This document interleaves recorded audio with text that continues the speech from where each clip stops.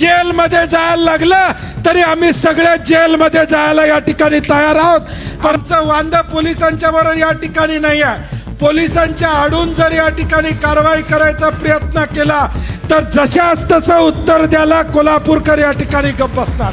हा शक्तीपीठ महामार्ग रद्द झाल्याशिवाय आम्ही गप्प बसणार नाही। इकडे पेट्रोल डिझेलचे दर वाढले, तिथं अनुदान द्या 5-5 पेट्रोल आणि डिझेलला। खताचे दर वाढलेत, खताला अनुदान त्या ठिकाणी द्या। 1 लाख कोटी खर्च करण्यापेक्षा उद्या कायदा आणि सुव्यवस्था या जिल्ह्यातला बिघडला, या 13 जिल्ह्यातला बिघडला तर त्याला जबाबदार सरकार या ठिकाणी असणार। सरकारला वाटत असेल ती एक नकाशावरची रेष आहे शेतकऱ्याची, परंतु ती रेष नाही, आमच्या आयुष्याची गोष्ट आहे। कोल्हापुरातल्या शाहू महाराजांच्या भूमीतून हा शक्तीपीठचा लढा तीव्र करण्यासाठी आलेले सर्व शेतकरी बंधू आणि आमचे तरुण सहकारी 11 वाजता 11:30 वाजता भाषणं सुरू झाली आणि अनेक वक्त्यांनी आपापल्या माध्यमातून हा गरज नसलेला शक्तीपीठ महामार्ग रद्द व्हावा ही भूमिका आपण मांडली। सुरुवात ज्यावेळी या रस्त्याची या महाराष्ट्रामध्ये झाली, ज्याचा उल्लेख मगाशी शिवाजीरावने केला, एकोंडीपासून त्याची सुरुवात झाली आणि हा महामार्ग गरजेचा नाही आहे। 13 जिल्ह्यामध्ये या संदर्भातल्या आम्ही राजू शेट्टी असतील, आम्ही असो किंवा आम्ही सगळ्या मंडळींनी निवडणुकीच्या आधी सुद्धा सातत्याने ही भूमिका घेतली। लोकसभेच्या निवडणुकीच्या आधी असू दे, विधानसभेच्या निवडणुकीच्या आधी असू दे आणि या निवडणुका झाल्यानंतर देखील सरकार किमान याचा फेरविचार करेल, रद्द करेल अशी आम्हाला अपेक्षा होती। परंतु निवडणुकीनंतर मोठ्या जोमानं हे सरकार पुन्हा एकदा कामाला लागले अशी परिस्थिती आम्हाला पाहायला मिळते आणि म्हणून या सगळ्या 2-2.5 वर्षाच्या पार्श्वभूमीवर आजचा मेळावा जिल्ह्याचा आपण करत असताना ज्याचा उल्लेख सगळ्या वक्त्यांनी केला की उद्याच्या भविष्यकाळात येणारी संकट ही सगळ्या वक्त्यांनी तुम्हाला सांगितलेलं आहे। सगळ्यांना सगळं कळतं। आजचं परिस्थिती अशी नाही की कळत नाही अशातला भाग या ठिकाणी नाही आहे। ह्या 7-8 नद्या क्रॉस करून हा महामार्ग या कोल्हापूर जिल्ह्यातनं जाणार आहे।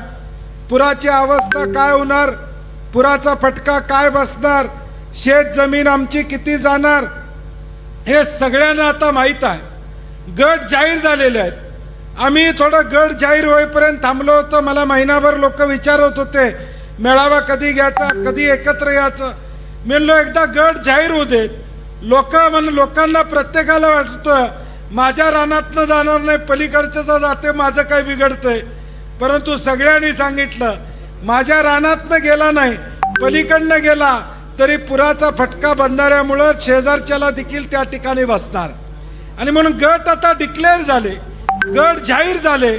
लोकांना आता कळून चुकलं की माझी जमीन नेमकी किती जाणार आहे हे आता लोकांना या कोल्हापूर जिल्ह्यातल्या निश्चितपणे लक्षात आलं आणि म्हणून आज आपण सर्व पक्षीय मेळावा यासाठीच घेतला की यामध्ये कुठलंही राजकारण न आणता शेतकऱ्याच्या बाजूने या जिल्ह्यातल्या राजकारण विरीत या ठिकाणी भूमिका सगळ्यांनी घ्यावी अशी आमची प्रामाणिक भूमिका आहे। शाहू स्मारकला मागच्या वेळी आम्ही पहिला मेळावा घेतला, तो देखील सर्व पक्षीय घेतला। नंतर आपण भव्य मोर्चा जिल्हाधिकारी कार्यालयावर त्या ठिकाणी काढला होता आणि सातत्यानं हा लढा कायमपणे या ठिकाणी ठेवला। सरकारमध्ये संभ्रमावस्था सरकारमध्ये देखील या ठिकाणी आहे। सरकारमध्ये मी अनेकांशी बोलतो, आम्ही विधिमंडळात काम करतोय, अनेक मंत्र्यांशी चर्चा करतो, सगळ्यांची या ठिकाणी याला मान्यता आहे का हे वास्तवता त्या ठिकाणी नाही आहे।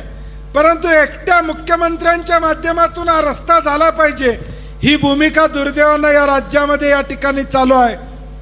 आपण बघत असाल की गेल्या 3 वर्षामध्ये शक्तीपीठचा DPR कसा झाला, कुणी केला याचा थांगपत्ता आपल्याकडे नाही आहे। एखादा प्रोजेक्ट ज्यावेळी तयार होतो त्यावेळी त्याचं रेखांकन 4-4, 5-5 वेळा बदललं जातं। याचा अर्थ विचारपूर्वक हा प्रोजेक्ट या ठिकाणी केलेला नाही हे वास्तव या ठिकाणी त्या ठिकाणी आहे। 86,000चा प्रोजेक्ट आज 1 लाख कोटीवर त्या ठिकाणी पोहोचला, 1,10,000 कोटीवर पोहोचला, ज्याचा हिशोब राजू शेट्टींनी सांगितला पर किलोमीटर किती खर्च येतोय. हा शक्तीपीठ महामार्ग शक्तीपीठांना जोडणारा नाही आहे, तर फक्त या ठिकाणी निवडणुकाला शक्ती देणारा या ठिकाणी आहे. दुसरा काही याच्यावरचा अर्थ या ठिकाणी नाही आहे. आणि म्हणून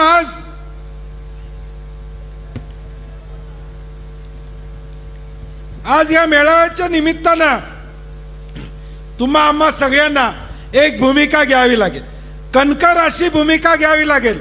मी मागच्या वेळी देखील सांगितलं होतं, आता शक्तीपीठला जमीन द्या म्हणणारा माणूस येतोय, त्याला 10% कमिशन मोनार्क तर्फे ठरलेला.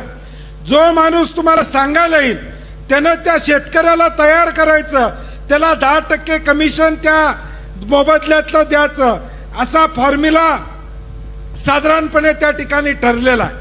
आणि म्हणून राजू शेट्टी म्हणले तसं आता गावागावामध्ये पक्षविरहित एक शक्तीपीठच्या विरोधातला गट आणि जे समर्थन करणार आहेत ते अशा पद्धतीचीच वाटणी आता उद्याच्या भविष्यकाळात आपल्याला गावागावामध्ये या ठिकाणी करावं लागेल.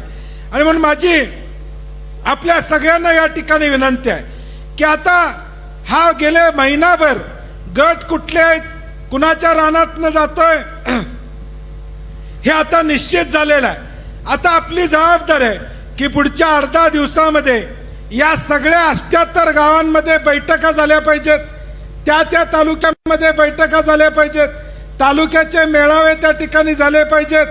हा माझं भाषण संपल्यानंतर शेट्टी साहेब आपण स्टेजवरची मंडळी थोडा वेळ इथं बसूया, बाकीची मंडळी खाली थोडं नाश्ता करायला जातील, परंतु आपण बसून तालुक्याचं नियोजन या ठिकाणी करूया. राज्य शासनानं एक षडयंत्र केलेलं आहे.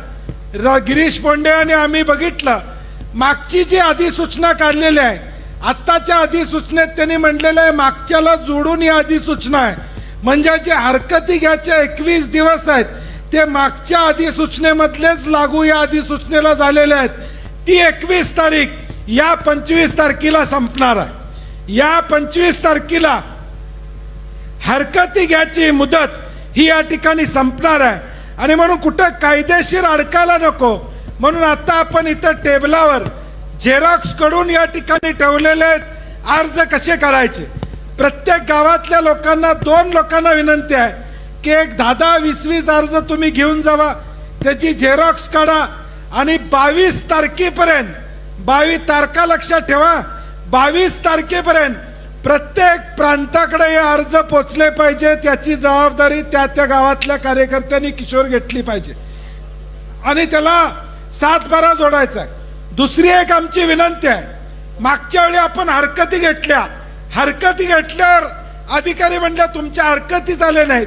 एका प्रांत कार्यालयातून आमच्या हरकतीचा गट्टाच गायब झाला. त्यामुळे यावेळी कार्यकर्त्यांना विनंती आहे, ज्या हरकती मनोज घेतल्या जातील त्याची झेरॉक्स ही तुमच्याकडे काढायची आणि आमच्या अजिंक्यताराव ऑफिसमध्ये तुम्ही आणून द्यायची. त्या झेरॉक्सवर नंतर एक जिल्हाधिकाऱ्यांना आम्ही पत्र देणार आहे की एवढ्या हरकती आम्ही जमा केलेल्या आहेत, ते जिल्हाधिकाऱ्यांना जाऊन आम्ही त्या ठिकाणी भेटणार आहोत. हे सगळं प्रोसिजर आपल्याला या ठिकाणी करावं लागेल, नाहीतर सरकार म्हणेल आम्ही 21 दिवसाची मुदत दिली होती, कुठल्या शेतकऱ्यांना हरकत नोंदवली नाही, म्हणजे शेतकऱ्यांना हे मान्य आहे. त्यामुळे कृपा करून, म्हणून मी कालच सांगितलं होतं गिरीशना, मी भाषण करण्यापेक्षा मुद्दे सांगणार आहे की आता पुढचे 10 दिवस आम्हाला काय करायचं आहे, तर गावागावामध्ये बैठका करायच्या आहेत. पुढच्या 10 दिवसामध्ये गावातल्या बैठका या ठिकाणी संपल्या पाहिजेत. 30 तारखेपर्यंत गावातल्या सगळ्या बैठका 25 तारखेच्या आधी संपल्या पाहिजेत. बैठका झाल्या तर शेतकरी बोलवले पाहिजेत, त्यांचे सह्या त्यांचे 7-12 गोळा केले पाहिजेत आणि ते अर्ज आपल्याला 22 तारखेपर्यंत या ठिकाणी परत करायचे. प्रत्येक गावामध्ये त्या शेतकऱ्यांचा आणि तिथले कार्यकर्ते त्यांचा एक व्हॉट्सअप ग्रुप तयार करा, ज्याच्यावर आपल्याला नवीन काय माहिती आली, उद्या एखादा अर्ज करायचा आहे परत, तर आपल्याला माहिती करता येईल. तो व्हॉट्सअप ग्रुप प्रत्येकाने या ठिकाणी तयार केला पाहिजे. दुसरी एक विनंती आहे, प्रत्येक गावातला ग्रामसभेचा ठराव हा ताबडतोब या ठिकाणी झाला पाहिजे. ग्रामसभेमध्ये या गावातनं आम्हाला शक्तीपीठ महामार्ग नको या पद्धतीचा ठराव आम्हाला पाहिजे. दुसरं, मगाशी 2 संस्थेने ठराव आणून दिलेला आहे, तसाच विकास सेवा संस्था, दूध संस्था, पाणी पुरवठा संस्था, ज्या काही सहकारी संस्था आपल्या गावामध्ये असतील त्या सगळ्यांचे ठराव सुद्धा आपल्याला या ठिकाणी करायचे आहेत. हे देखील मला मुद्दामून आपल्याला या ठिकाणी सांगायचं. दुसरी एक माहिती आहे ज्याचा उल्लेख मगाशी मला वाटतंय कुणीतरी केला की गवा या ठिकाणी पडला.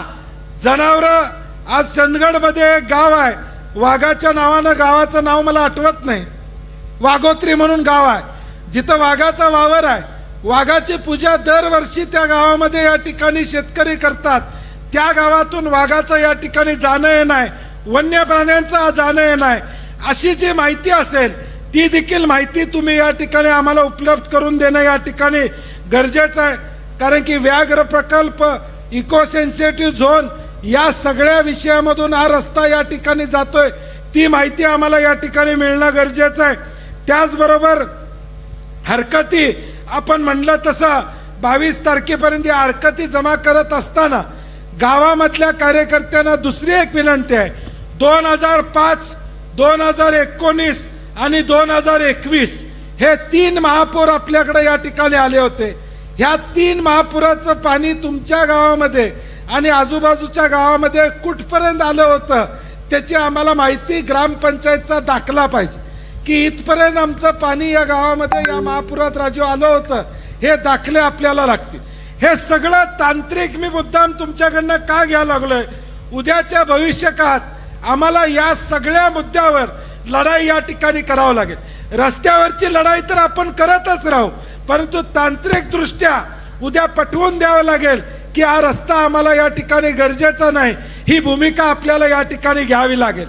86,000 कोटी, 1,00,000 कोटी तुम्ही या ठिकाणी खर्च करायला लागलाय. इकडं पेट्रोल डिझेलचे दर वाढले, तिथं अनुदान द्या 5 पेट्रोल आणि डिझेलला. खताचे दर वाढलेत, खताला अनुदान त्या ठिकाणी द्या. 1,00,000 कोटी खर्च करण्यापेक्षा हे 1,00,000 कोटी सगळ्या महाराष्ट्रातल्या गावांमध्ये दिले तर किमान 2-5 कोटी रुपये प्रत्येक गावाला गावातले रस्ते करण्यासाठी या ठिकाणी मिळतील अशी आमची अपेक्षा या ठिकाणी. हा गरज नसलेला महामार्ग आहे, ह्याच्यावर पैसे तुम्ही खर्च करू नका, ही भूमिका आमची प्रामुख्याने या सगळ्या दृष्टीमध्ये या ठिकाणी आहे. आणि म्हणून हा लढा फक्त आपल्याला आता मेळावा घेऊन या ठिकाणी चालणार नाही, ज्याचा उल्लेख राजू शेट्टीने आणि अनेक वक्त्यांनी केला. आता पोलीस बळाचा वापर उद्याच्या भविष्यकाळात या ठिकाणी केला जाईल. आमच्या प्रशासनाला देखील जाहीर आव्हान आहे, पोलिसांना देखील आमची विनंती आहे. आमचं वांद पोलिसांच्या बरोबर या ठिकाणी नाही आहे. पोलिसांच्या आडून जर या ठिकाणी कारवाई करायचा प्रयत्न केला तर जशास तसं उत्तर द्यायला कोल्हापूरकर या ठिकाणी गप्प बसणार. जशास तसं उत्तर या ठिकाणी दिलं जाईल. ही रस्त्यावरची लढाई आहे. तुम्ही जर जोर जबरदस्ती या ठिकाणी करायला लागला तर या रस्त्याच्या लढाईला उग्र स्वरूप जर या ठिकाणी निर्माण झालं, उद्या कायदा आणि सुव्यवस्था या जिल्ह्यातला बिघडला, या 13 जिल्ह्यातला बिघडला तर त्याला जबाबदार सरकार या ठिकाणी असणार आहे. आम्हाला नको आहे ते तुम्ही आमच्या माती मारायचा प्रयत्न केला. आरेला कार्य म्हणायची ताकद या महाराष्ट्रातल्या जनतेची आहे हे दाखवून देण्याचं काम आम्ही निश्चितपणे या ठिकाणी करू. मग कितीही केसेस होत्यात, माझी लोकांना देखील या ठिकाणी विनंती आहे, तुम्ही आम्हाला हक द्या.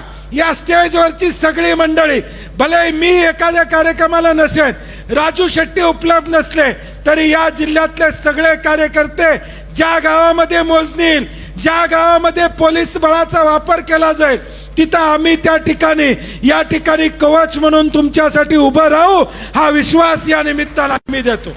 आम्ही फक्त भाषण करून या ठिकाणी थांबणार नाही.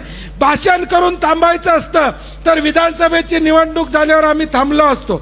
विधानसभेच्या निवडणुकीच्या आधी सरकारनं अलाइनमेंट बदलली, रद्द करण्याचा निर्णय या ठिकाणी घेतला. एकदा निवडणूक झाली की या ठिकाणी प्रश्न संपला, दिलेलं आश्वासन संपलं. आम्ही निवडणुकीसाठी, मतासाठी हा लढा या ठिकाणी हातात घेतलेला नाही. आम्ही हा लढा घेतलाय तो शेतकऱ्यांच्या हितासाठी घेतलेला आहे, शेतकऱ्यांची बाजू घेण्यासाठी या ठिकाणी घेतलेला आहे. सरकारला वाटत असेल ती एक नकाशावरची रेष आहे शेतकऱ्याची, परंतु ती रेष नाही, आमच्या आयुष्याची गोष्ट आहे, आमच्या आयुष्याच्या सुखादुःखाची ती रेष आहे. हे सरकारने या ठिकाणी लक्षात ठेवावं. उद्या गुगल मॅपवर तुम्हाला ती रेष दिसत असेल, परंतु आमच्या आयुष्याचं या ठिकाणी भलं करणारी ती रेष आहे, हे आम्हाला ठणकावून सांगायचं आहे. माझी दुसरी विनंती आहे, माझी पुढच्या पिढीला विनंती आहे, पोरांना आणि नातवांना जरा सांगा की आज्यानं जमीन घेतली म्हणून आज त्याला किंमत आहे. आज्यानं जमीन घेतली नसती तर आज 1 लाख, 2 लाख, 5 लाख, 10 लाख ह्या किमतीची भाषा तू बोलला नसतास, हे नातवाला देखील सांगणं गरजेचं आहे. कारण की आज मी अनेक ठिकाणी बघतोय, आज्याची इच्छा नाही, नातू म्हणतोय काय मिळतंय देऊन टाकूया, 4 पैसे मिळतात, 4 गाडी घेऊया आणि या ठिकाणी मौज करूया. परंतु त्याला सांगणं गरजेचं आहे की आज्यानं पंजानं माझ्या जमीन घेतली म्हणून आज जे घर आहे, आज जो गोटा आहे, जी म्हैस आहे, जे आर्थिक आज उत्पन्न आहे, ताटमानेनं जो कॉलर टाईट करून 2 मोटरसायकलवर फिरतोयस ते या शेतीमुळे फिरतोयस, हे पुढच्या पिढीला सांगणं गरजेचं. हे पुढच्या पिढीला सांगणं गरजेचं आहे की आज शेती आहे म्हणून आम्ही जिवंत आहोत, हे सांगणं गरजेचं आहे. शेती नसेल तर मुळशी पॅटर्न ज्याचा उल्लेख अनेने केला की आज 3ऱ्या पिढीची तिथली काय अवस्था आहे हे बघण्यासारखी वेळ या ठिकाणी आलेला आहे. पैसा आज आहे उद्या नाही आहे.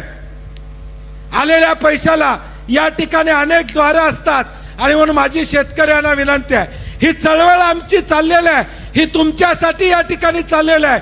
कुठल्याही निवडणुका शेट्टी साहेब आता आपल्याला नाही आहेत, कुठलीही या ठिकाणी उद्याचं आमचं भवितव्य या ठिकाणी या सगळ्या आंदोलनावर अवलंबून आहे. आम्ही राजू शेट्टी, संपत बापू, आम्ही सगळे यामध्ये उतरलेलो आहोत. तो तुमचा सातबारा टिकला पाहिजे, तुमच्या हक्काची जमीन टिकली पाहिजे, ही आमची भूमिका या ठिकाणी. या राज्यामध्ये धरणं झालीत, या राज्यामध्ये हायवे झाले, या राज्यामध्ये MIDC झाल्या, कुठं शेतकऱ्यांनी विरोध त्या ठिकाणी केला. जे चांगलं आहे त्याला सहकार्य करण्याची भूमिका या राज्यातल्या शेतकऱ्यांनी केली. परंतु आज गरज नसलेला शक्तीपीठ महामार्ग आहे, हा शक्तीपीठ महामार्ग रद्द झाल्याशिवाय आम्ही गप्प बसणार नाही, ही भूमिका आपल्याला या ठिकाणी घ्यावी लागेल. उद्या किती संघर्ष करायला येऊ दे, लाठी खायला या ठिकाणी लागू दे, जेलमध्ये जायला लागलं तरी आम्ही सगळे जेलमध्ये जायला या ठिकाणी तयार आहोत.